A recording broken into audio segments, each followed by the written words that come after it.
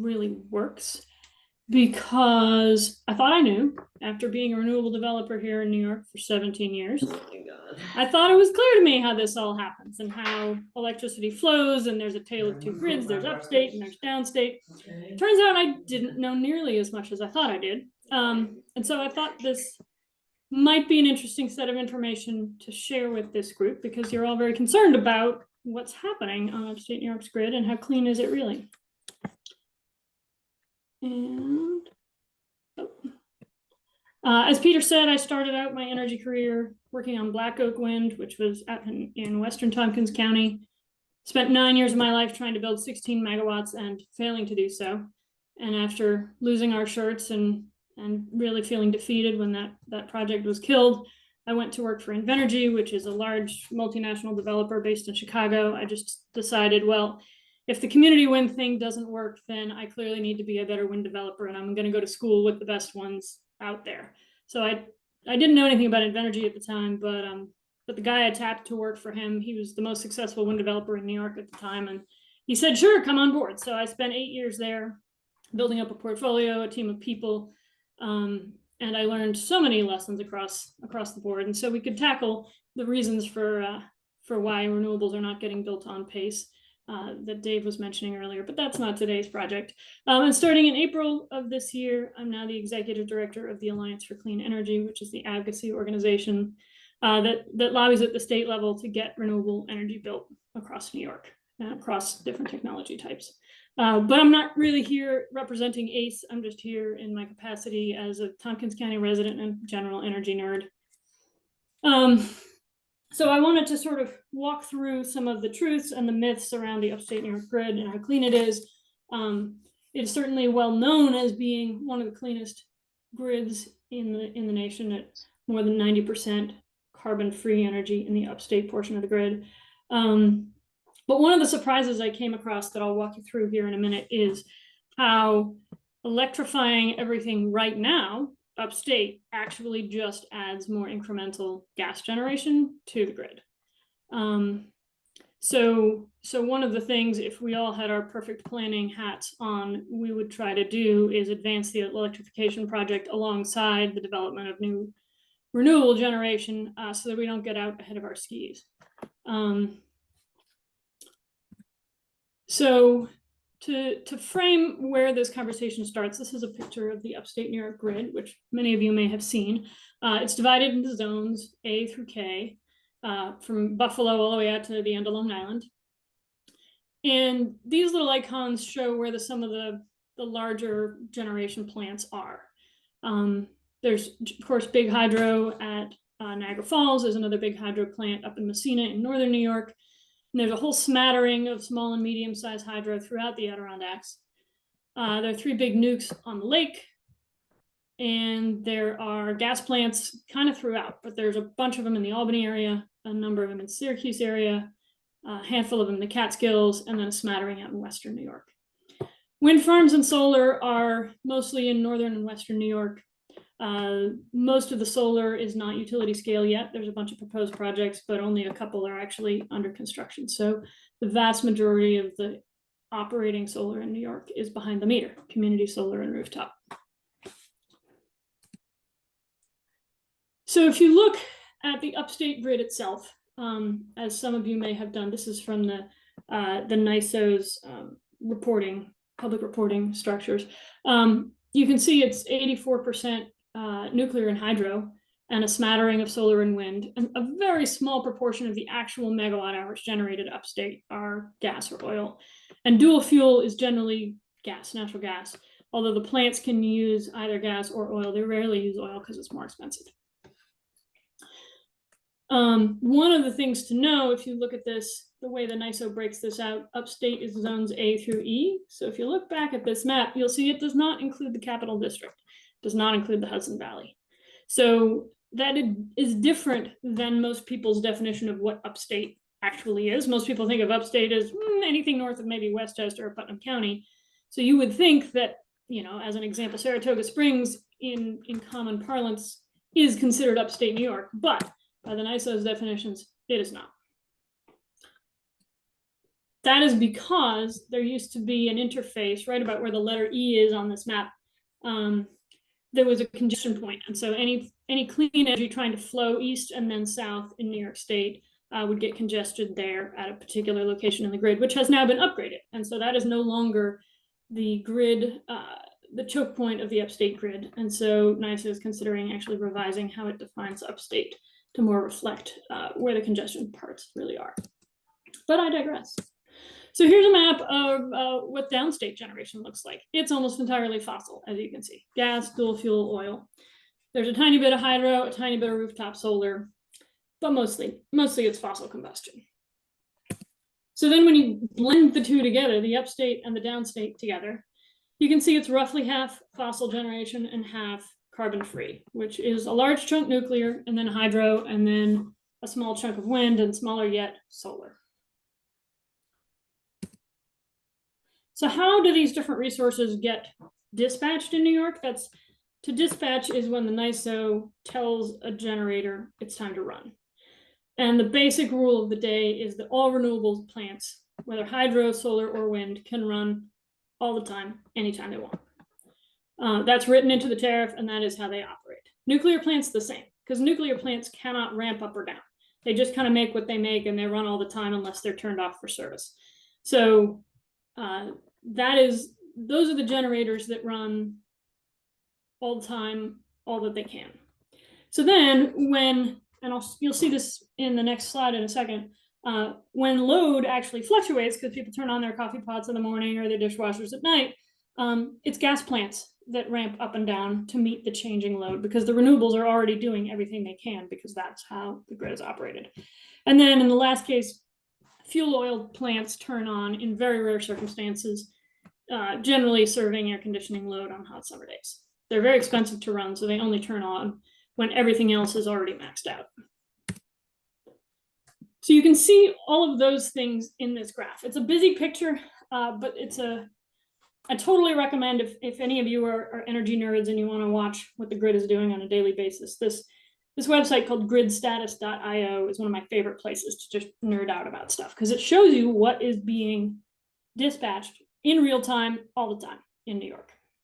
And so in the bottom line, you can see what the nukes are doing. They're doing exactly the same thing every day, no matter what the day does, because it's all they can do. Then there's hydro, which is the next sort of turquoise line up from the bottom. And you can see that hydro does vary a little bit. It ramps up a tiny bit during the day and ramps down a tiny bit during the night. What hydro plants can do is they generally have some amount of reservoir behind their dam. And so what they try to do to capture the best revenue they can is to store a little bit of water at night and then let it run through the turbines during the day when power prices are better, so that they can capture a few more dollars for their water. But at the end of the day, all the hydro that can be generated is being generated. They're not wasting water. They're not spilling water through their dams that isn't being captured for energy. They're just doing a little bit of daytime triage. This particular day, March 12th of this year, was the most solar that the New York grid's ever seen. So we had 21% solar on the grid for a couple of hours. It was all behind the meter solar, which is both rooftop and ground-mounted community solar. Both of those things count under the behind the meter solar rubric. And then, so let's see, we can see the dual fuel units running, which is the orange and the dark blue bands. You can see that wind was just running as it could. And then other renewables is the pale green line on the top.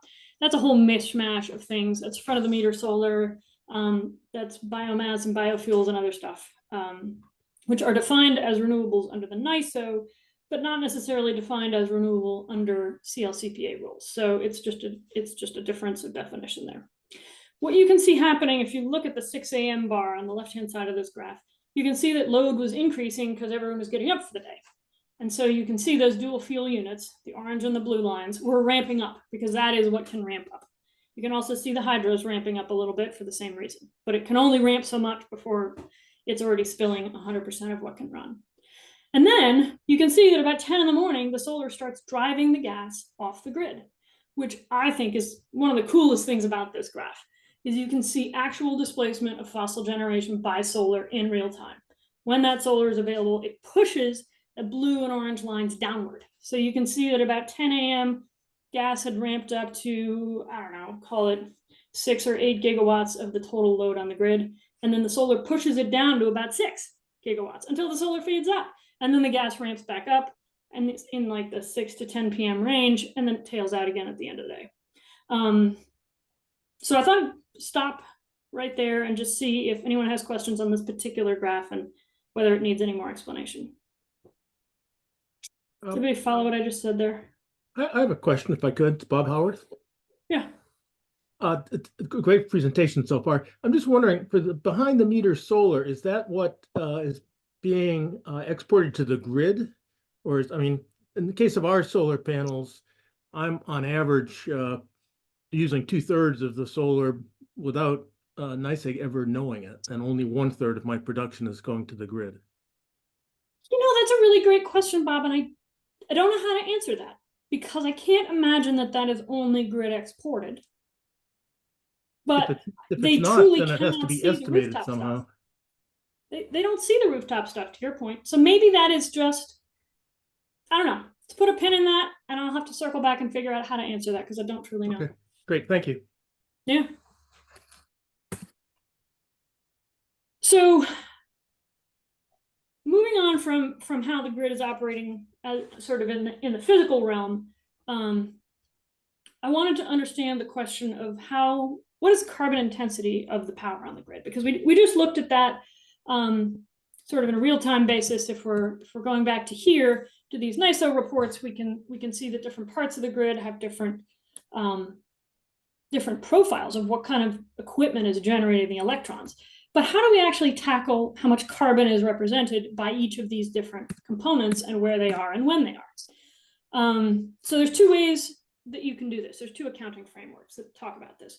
One of them is average emissions. And so for a long time, this has been the process that entities have used to say, okay, using your example, Bob, as your household uses X number of kilowatt hours in a year, and if we put rooftop solar on our homes and we can match the kilowatts we make on the solar on our roofs with the kilowatts we use on our household, then the utility gives us a net metered thing. They say, well, you used 10 of these and you made 10 of these, so you net out to 0. So you owe us nothing but some basic, connection fees or whatever it is. That's how the average emissions works. It's just averaging an annual pluses and annual minuses and collecting the two. The more complicated and sophisticated way to do this, however, is called consequential accounting or marginal emissions. And what this means is every hour of the day, there is a different amount of carbon on the grid according to what is being generated at that time. And you can see that in this graph. You might guess at 12 p.m. on that particular day might have been the cleanest hour of the day on the grid, because not only do we have the nukes and the hydro and the renewables doing their thing, we also had that big chunk of solar that is not part of the other renewables mix. And so if you wanted to draw the cleanest electrons from the grid that particular day, you might choose to draw them at noon.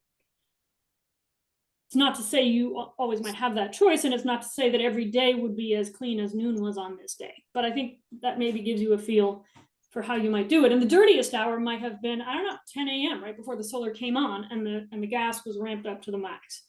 So it's a more sophisticated way to say when and where on the grid are the cleanest electrons happening. And if given my choice to put load on the grid or not, when would I have the least carbon impact on the grid to do so?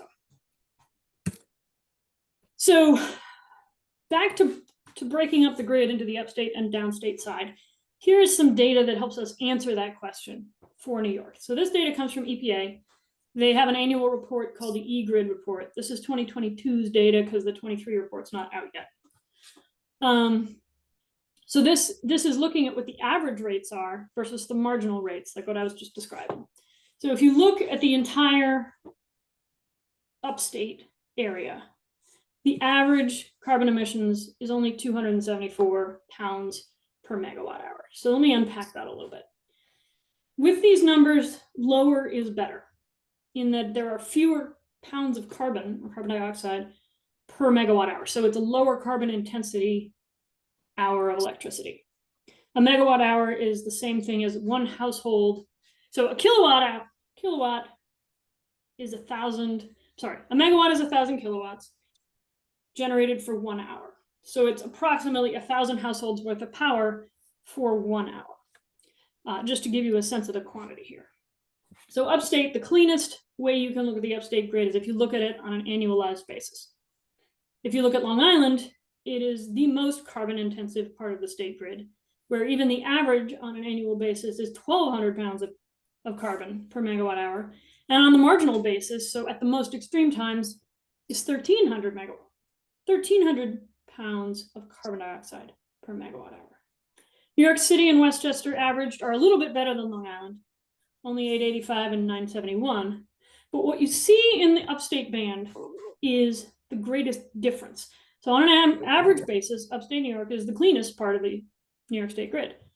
But on the margin, it actually has the greatest difference between what the average is and what the margin is, because every time you add an incremental new megawatt hour upstate, it's going to cost 920 pounds of carbon dioxide per every megawatt hour, because all those renewables are already maxed out. So if you add more load upstate, it's not a clean megawatt hour you're adding. You're turning on a gas plant.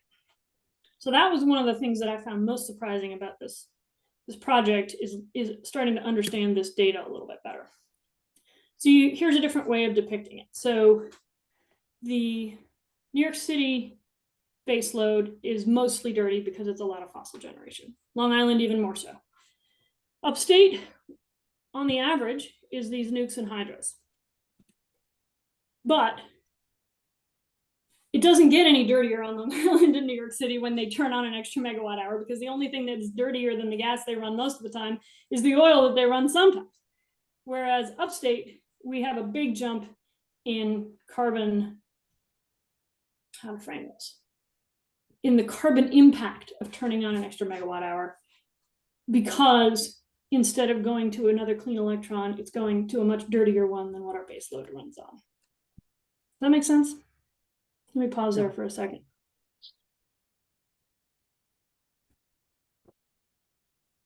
I had a question. Sure, go ahead, Dan. Who's determining the carbon footprint for these various sources of generation? My comment about nuclear, for example, it is not carbon neutral. Uranium mining is highly carbon intensive, and the industry would like you to think that it's carbon neutral. So is this purely a generation-based metric, or are they taking in all of the components of generation to determine the carbon footprint of these different generation sources? Question to which I don't have a ready answer. I used the EPA's data at face value. I'm sure that their report would be able to elucidate the answer to that question. My guess is they probably don't use as much upstream impact as somebody on this call might choose to do if you wanted to really be thorough, if you know what I mean. Because I agree, it's not nearly as clean as one would like it to be, or they purport it to be. May I just chime in, Bob, again? Sure. The EPA does not include any upstream emissions in this, so it is their nukes would be very low emission incorrectly. So, but just as an aside, under the CLCPA, upstream emissions are included for all fossil fuel sources, but are still not included for nuclear. So there's a little bit of a disconnect there as well. Oh, that's interesting. Thanks.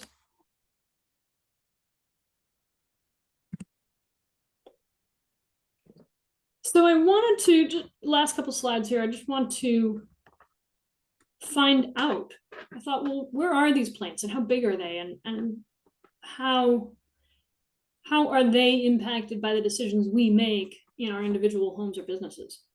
So I set about mapping all of the gas and oil plants that are upstate, that are outside New York City. So there's a whole bunch of them that I was not aware of. You'll see that Milliken Station is not depicted here because it's not operating anymore. These are all ones that operated in the year 2023, because this is pulled from the NISO Gold Book of 23. No, I'm sorry. They would have been operating in 22 because it was the 23 Gold Book. I put this graph together before the 24 Gold Book came out. So there's two big plants, Oswego, there's a big gas plant and a big oil plant. I'll show you those in a second. Western New York only has a smattering of stuff, some smaller plants outside Buffalo and here and there throughout the countryside. Albany area has a bunch. Hudson Valley has a bunch. And they all act not as peaker plants, which are really generally single cycle plants that only turn on very occasionally for peak load. These are almost all combined cycle plants.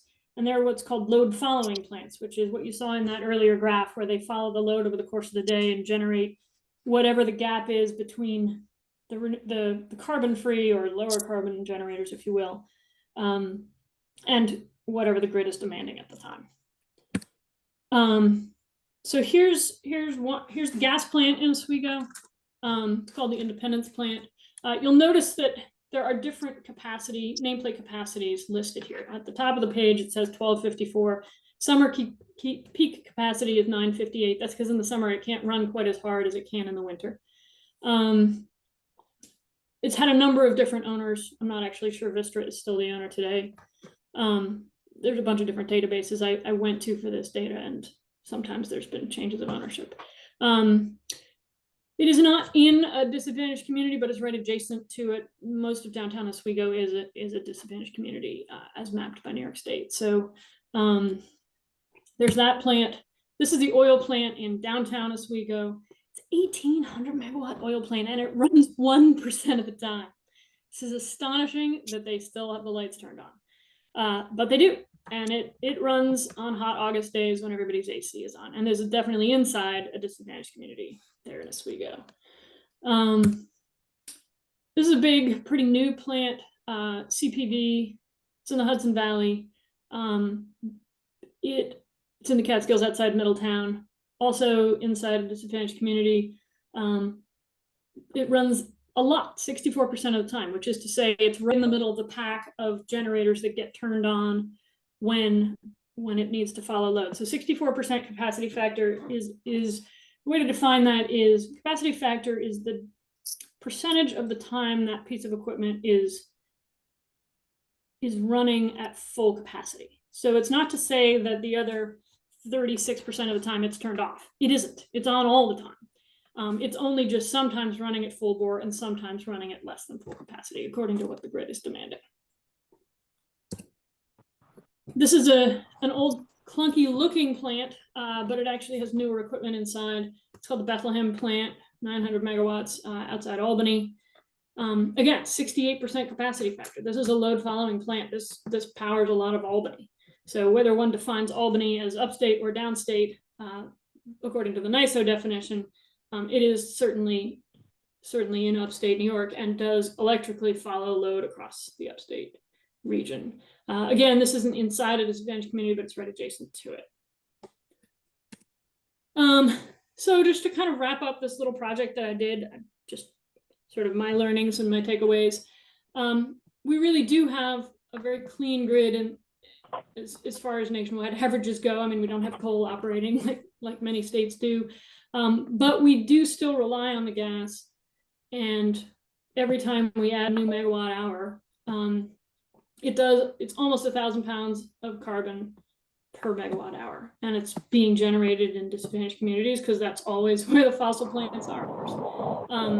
So hopefully the renewables that are starting to come online are going to basically drive those gas plants further and further out of the market. Long duration energy storage and pumped hydro will start to fill that gap and replace the gas. But it is a tricky thing when we think about electrifying everything and electrifying now, because if the entire upstate grid were electrified this instant and all of our fossil boilers were replaced, you know, with a wave of a fairy magic wand, and all of our cars suddenly became EVs, there's a chance that that impact would actually be dirtier than what we're doing today, because the grid itself would have to respond with 100% fossil response. And same thing with district energy systems. Electrification has to be sort of thoughtfully done so that it's not also part of this same challenge. And so that's why my day job is to build as many renewables as we can, because the faster we can get projects built, the cleaner the grid is, and the faster we can electrify everything with fewer impacts. I think that's the end of my slides. So any last thoughts or questions there before I hand off to some other member of this group? Thanks very much, Marguerite. The question I was thinking about is what happened when Indian Point shut down? Because that was like I don't know. The gas plants all ramped right up. I watched it. If you look at the gas plants generation when Indian Point shut down, the plants that were sort of load following or even peakers in the Hudson Valley all became basically running at full bore. And I had that even firsthand from the folks who run Dance Camera, which is a gas plant on Hudson River, that used to run like 3% of the time. And he told me himself, he said the minute Indian Point shut down, we went to 95% operations. Interesting, thanks. It's I mean, it was as advertised. I just couldn't believe that it was so clear cut and it really worked that way. Yeah. So, Bob, you have your hand up. Yeah, thank you, Peter.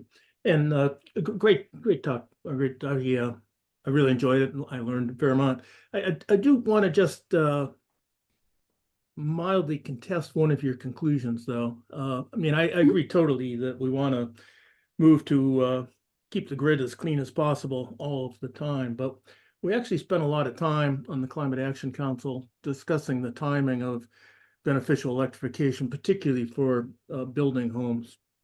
And our conclusion is that you are better off using a heat pump, even if it's the electricity is 100% from fossil fuels, than if you have fossil fuels in your home for heating. So, that's a transitional thing, but we said, let's go full bore ahead with the transition, and eventually it'll be a zero emissions thing. But even in the transition, if the gas plants power up, that's unfortunate, but it's still better than having the gas in the home. Thank you. Peter, can I ask a question? Yeah, I'm going in order of the hands that are up on my screen. So, sure. Terry, why don't you go ahead? Yeah, thanks, Margaret. It's good to see you again. I think you did a really good job of simplifying everything. I do wonder if some of this gets lost in simplifying is the temporal nature of this, right? Because the non-marginal baseload, the eGrid numbers that you show, it's, what they're looking at is generating sources that have a low capacity factor. They're only coming on in the extreme circumstances. And obviously we're not always in those extreme circumstances. So this idea that at any given time, adding a megawatt, that megawatt will forever be at that marginal rate, to me is a little bit disingenuous, right? Like if you turn on a 1 megawatt load somewhere and you keep it on indefinitely, there's no guarantee that it's always going to be at that marginal emissions rate. And I think that that's the crux of it, is that if you're making the assumption that when you put on a load onto the grid, it's always at the, emissions rate that it is when you put it onto the grid, that's not true. It's going to be variable. It's going to fluctuate based on that grid. And so turning on a load at midnight is very different than turning on a load at 6 p.m. on the hottest day of the year. And so simplifying it is great. I think it's important, but I think the temporal nature of this stuff has to be understood as well, is that it's very different when you're turning on these loads and when those loads are going through.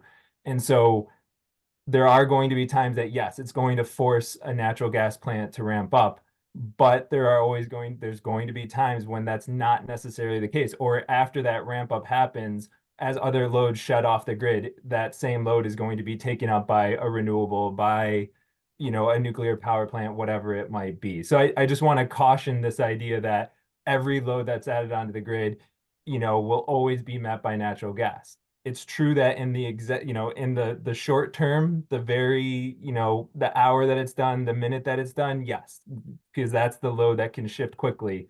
But on a long term, if you're looking at it, that building, when it exists 5 years from now and you do a greenhouse gas inventory, you're not going to use the marginal emissions factor for that inventory. You're just not. That's not how anyone does it. So just want to caution that. No, I completely agree. I actually had a whole bunch of slides around the temporal nature of stuff that I got rid of because it made the presentation too long for the time I had. I think that's the point I was trying to make in looking at that snapshot of the day on March 12th, is that the carbon impact at noon is very different than the carbon impact would have been at 10 a.m. as an example, because of the mix of renewables on the grid. So I agree entirely. Sarah.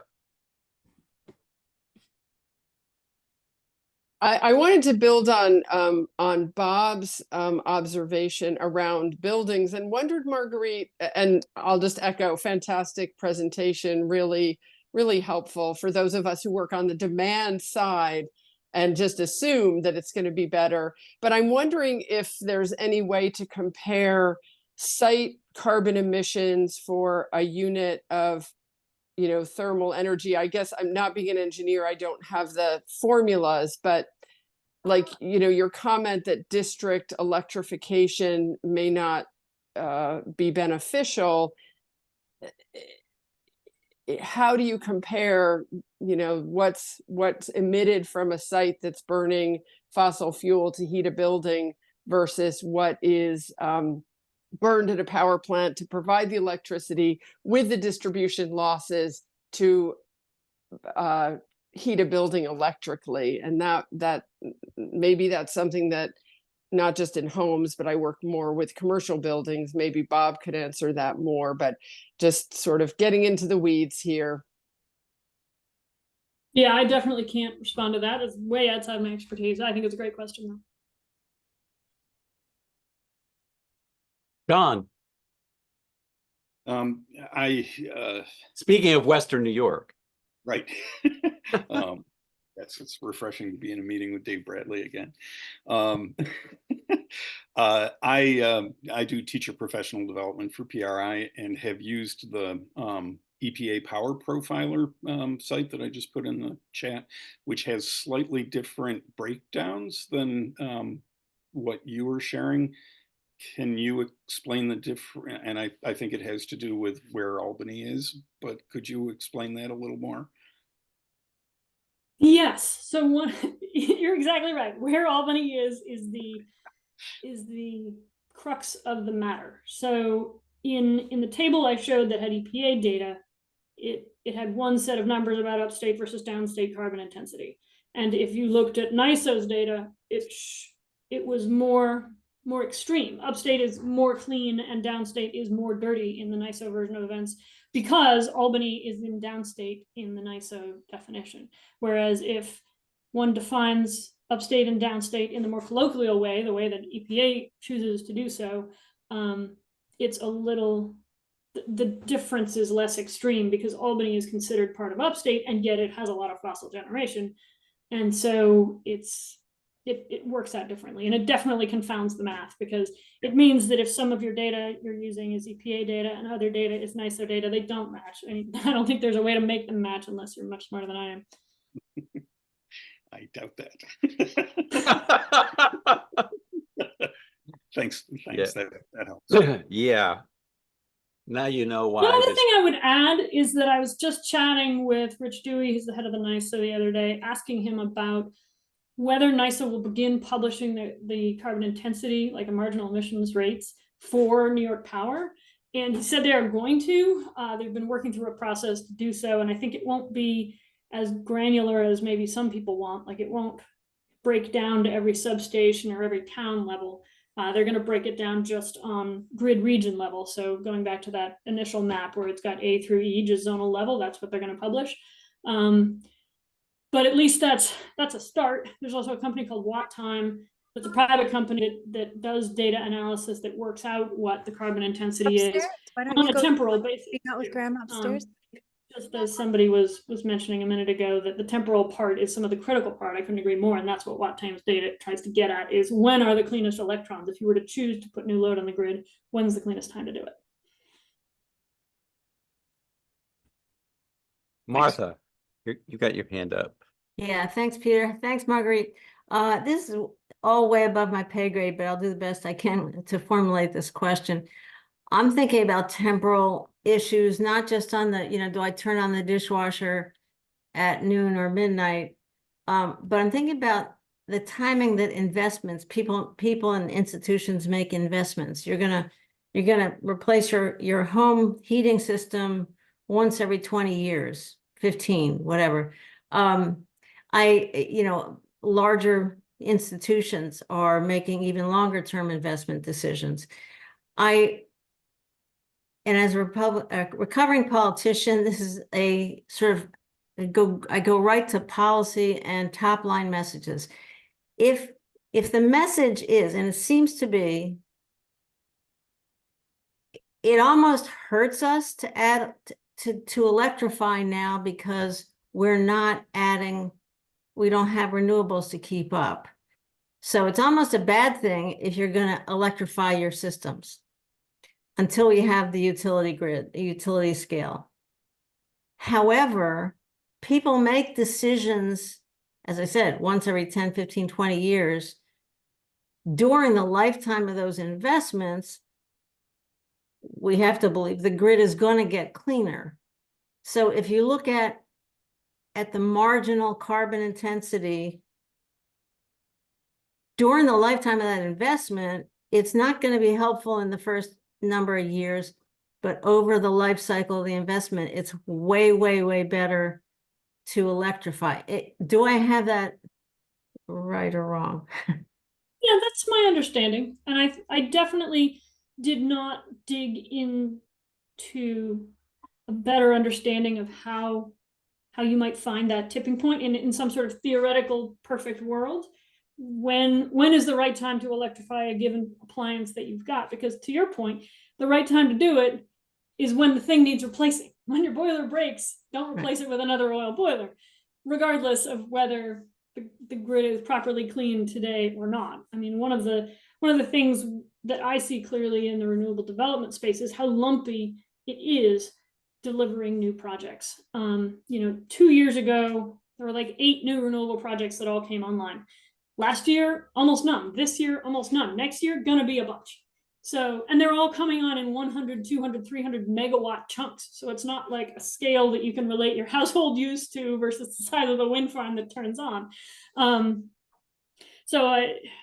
Yeah, I don't have an answer. My instinct is that you invest when you need to invest, and the grid will get cleaner, and that will be in the long term a good thing. Right, and that especially relates to new construction where you're putting a building into the ground that's going to last 50 or 100 years, and I mean, it seems we need to really be careful about a message that says, doesn't really matter if you electrify now because we don't have the clean electrons. I think that's really not going to be helpful in the long term. It isn't a message I would take on a public roadshow. Agreed. I'm sorry, say that again. What? It's not a message I would take on a public roadshow. I don't consider TCCPI to be a public roadshow. I consider it to be a good place to debate finer points, but I wouldn't take that out to the home builders and say, don't worry, don't bother with electrification. That's a bunch of hooey. Okay, thank you. It's also something to consider as the county designs and builds its next big administrative building as well. And Cornell. Well, by analogy, yes. Wayne. Marguerite, that was a super job to get our hands around a really complicated question. I want to speak to Terry's point earlier, if I could. Terry, I think the really challenging thing for us to engage in as environmentalists is that there are consequences to every decision we make. And sometimes the truth is really difficult and really painful. And if you think about Marguerite's power production curve, that was the best solar day of the year, if I recall. I think I've seen that curve before. And the gas plants never shut down, which means every new load is a gas-supported load. And that's just the truth. We don't get to color it a different way because it makes us feel better. What we do have to do is support people who are developing new, renewable, reliable sources, get them on the grid. We have to back power reduction strategies. We have to push hard for efficiencies, but we can't fantasize that dumping carbon into economically marginalized and environmentally challenged communities is somehow moving us towards a better future. There's consequences, and as adults, we have to accept them.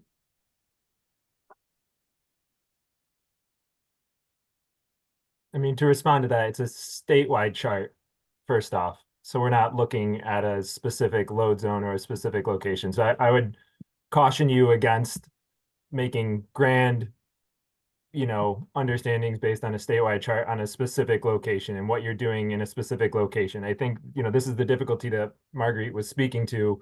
And, it's curious about things like watt time, which I've had experience with in the past, is like, if you're trying to be predictive about a specific location's impact based on statewide data, national data, I would caution against that.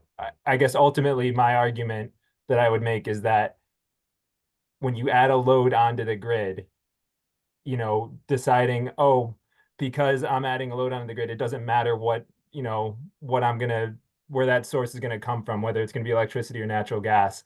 This idea that I'm going to put in a natural gas furnace because if I put in a heat pump, it's going to be powered by natural gas, and that's going to affect a marginal emissions community somewhere.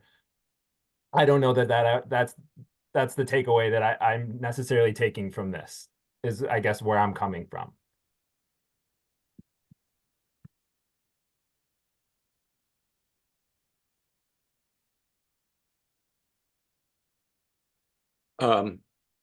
Marguerite, you've got your slide up for the NISO fuel mix on March 12th, 2024.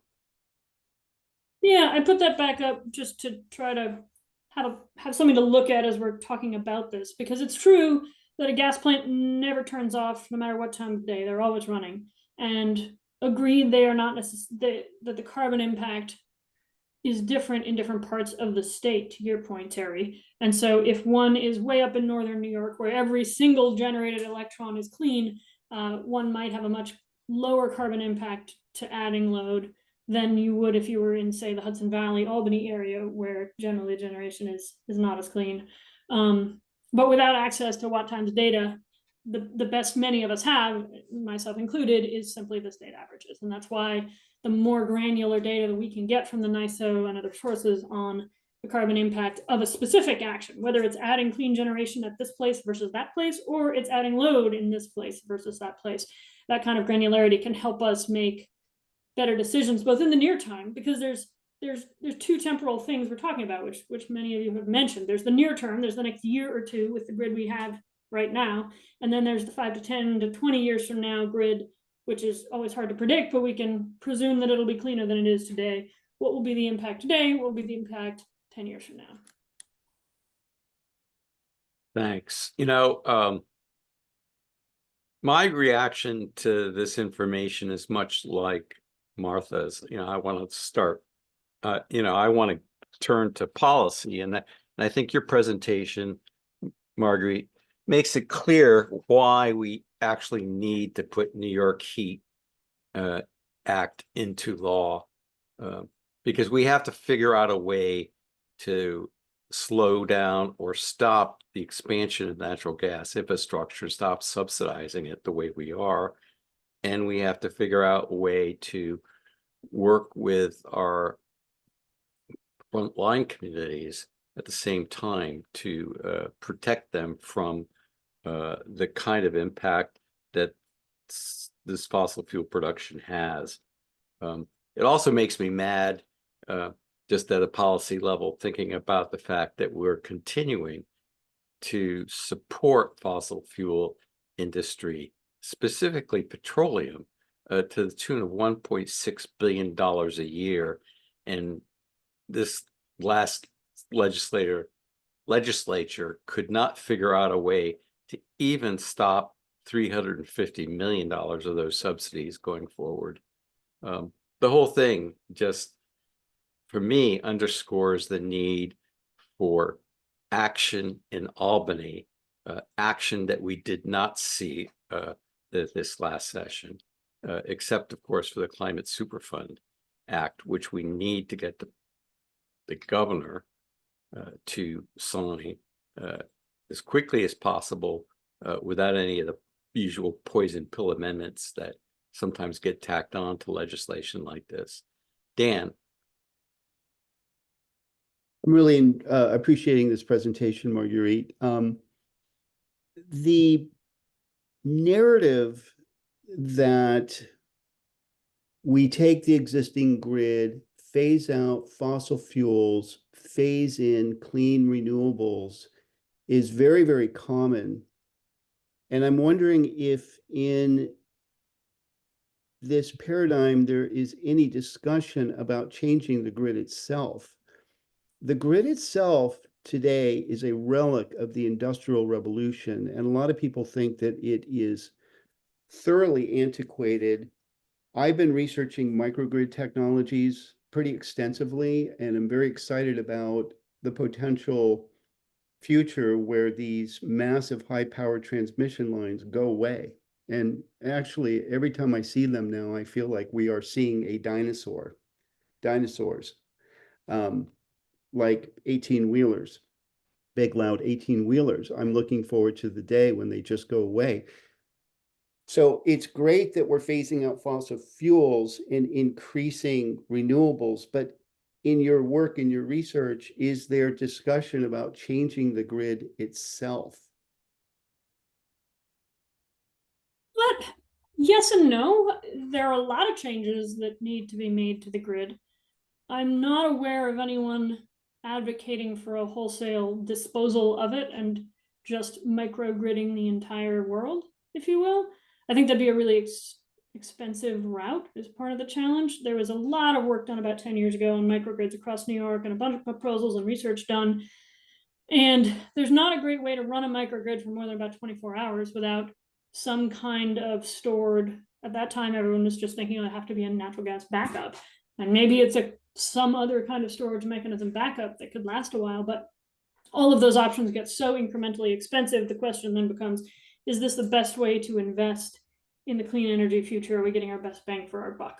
Versus, there's another school of thought that says because of the temporal nature of renewables, and it's sunny over here and it's raining over there, or it's windy here and it's not windy there, that the transmission lines function as a sort of a geographic battery where different regions can support each other with same clean electrons across different geographies.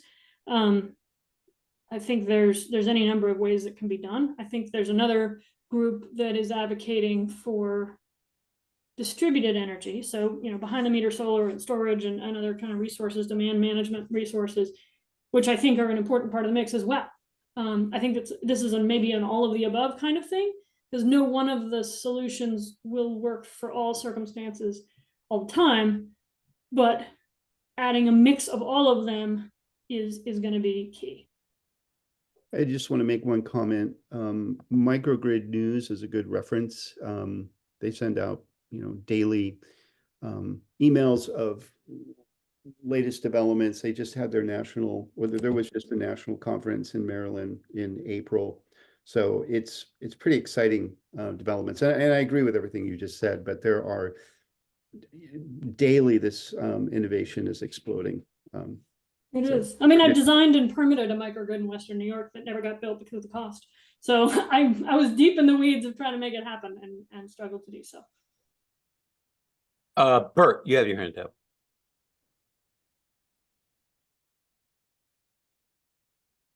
Thank you. I'd like to start off with agreeing with Bob Howarth. Regardless of the fact, or even with the fact that a new ground source heat pump system at a new building has the impact and consequence of putting a demand on a gas generating station, it's the right thing to do because sorry for a little math here. Those gas generating stations are inefficient. Like they waste 2/3 of the energy that comes in as gas. But the ground source heat pump system is very efficient.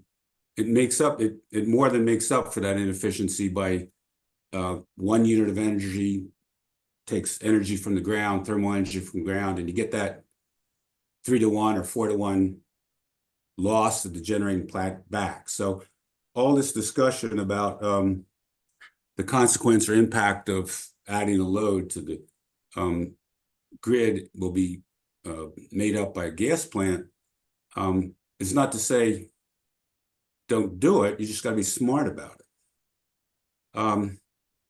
So I'd also like to address Terry's right.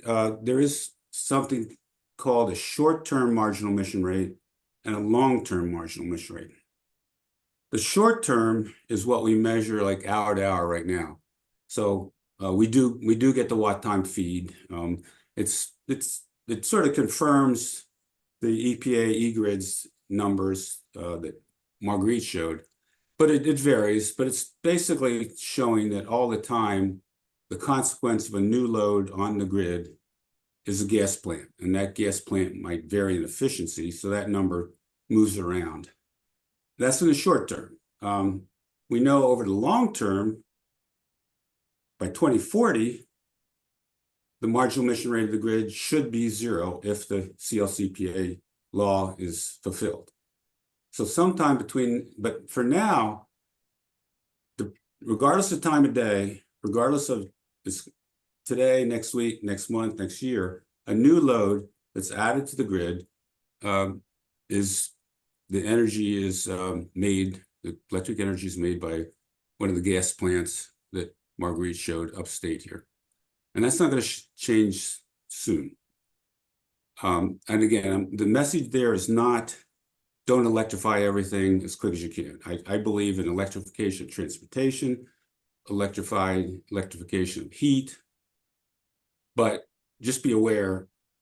And when we get to our presentation, Cornell, there's some nuances in that because our district energy system is more efficient when we make our own electricity than the grid.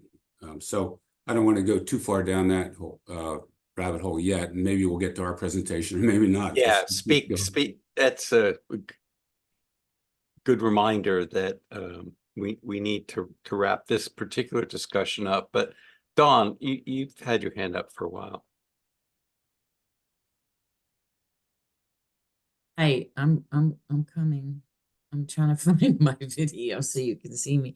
So yeah, hi everybody. And I work for Cornell Cooperative Extension and I lead the environment team. So Marguerite, great presentation. You gave us so much to think about. I really appreciate the conversation.